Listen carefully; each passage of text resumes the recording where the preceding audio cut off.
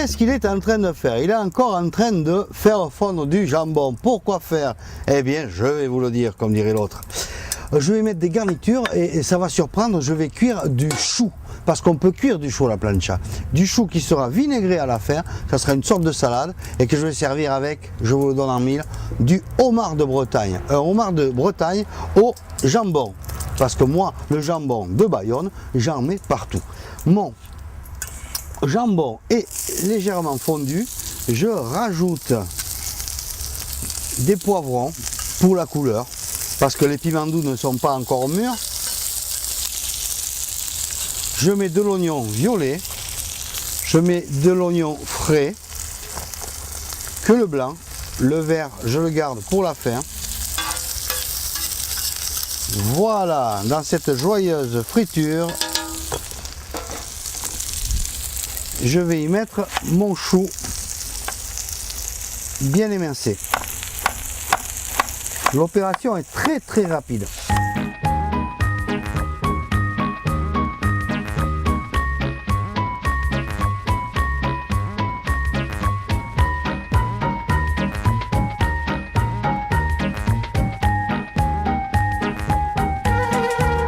Allez, voilà, tout est bien fondu. Ici, je rajoute le chou qui va cuire gentiment.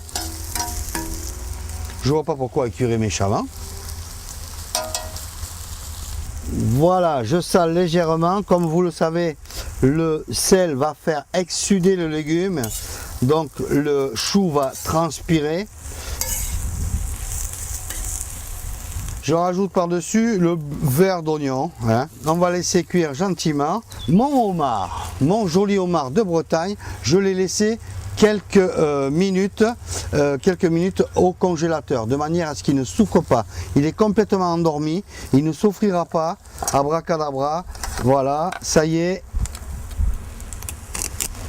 il est mort. Même s'il remue, ce sont les nerfs. Donc j'ai coupé sa boîte crânienne, il n'a plus mal, il ne souffre plus. Ce qui est important dans le homard, c'est enlever cette partie-là que l'on appelle la poche à gravier. Je ne sais pas ce qu'il avait mangé, un truc orange, avec toutes les cochonneries qui traînent en mer, ça ne m'étonne pas. Isabelle Autissier a raison, on a du souci à se faire. Ça a une couleur orange, mais c'est pas du corail. Le corail chez le homard, il est vert. Il est splendide ici. J'enlève l'autre moitié de la poche à gravier. C'est un endroit où se stocke, comme l'appendice chez nous, ça se stocke là, voilà. On va mettre un petit coup sur les pinces, de manière à les fendre un peu. Voilà, moi je préconise toujours de manger le homard en été, comme la plupart des fruits de mer d'ailleurs. En hiver, ça rime à rien. Le homard en hiver, il est maigre, il vient de muer. Là, il est gras, il a mangé partout. Comme vous savez, le homard, ça se nourrit de charogne. C'est un charognard.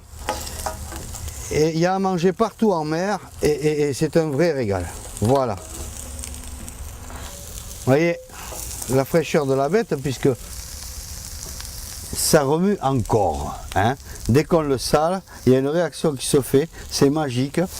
Donc là, j'ai mon chou qui est pratiquement cuit. Je vais tout mettre sur le même côté ici. Je baisse mon feu. Je vais rajouter un petit peu d'huile pour augmenter la chaleur. Alors, une chose intéressante, voilà. Là, ici, ça commence à bouillir. Hein. Donc, le homard est vraiment en train de cuire.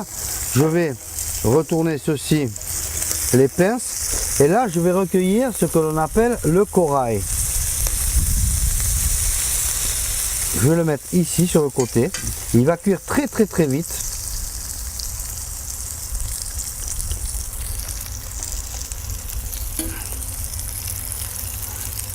Le vert du corail prend une couleur rouge. Maintenant, je vais le mélanger avec un petit peu de sel, du poivre. Je mets un tout petit peu de vinaigre. Je mélange. Regardez-moi cette belle couleur rouge et vous comprenez pourquoi on appelle ça du corail. Voilà. Alors je le garde, je le mets de côté, je m'en servirai tout à l'heure. Alors mon chou est vraiment cuit et maintenant je mets le vinaigre parce que n'oublions pas, c'est une salade.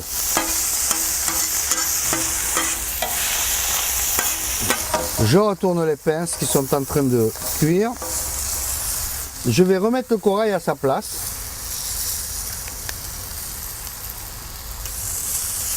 Voilà. Et comme je vous l'ai déjà dit, le jambon de Bayonne, eh bien, j'en cloque un petit peu partout. Regardez si c'est pas beau. On va faire comme ça.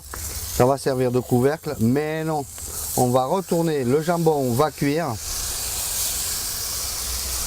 C'est histoire de faire cuire la chair côté jambon. Il va y avoir cette subtilité du goût du jambon qui va se mettre dans le homard. C'est un très beau mariage terre-mer. Voilà, je vois mon jambon qui est en train de se recroqueviller sur les côtés. Je vais dresser un petit peu de salade de choux. Voilà, je retourne comme ceci. Idem.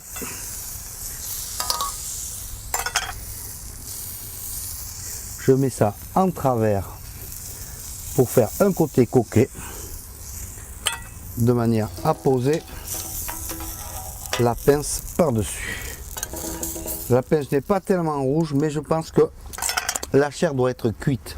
Et si avec ça, vos amis, les amis que vous invitez, disent que vous vous moquez d'eux parce que vous leur avez fait un service minable à la plancha, larguez-les.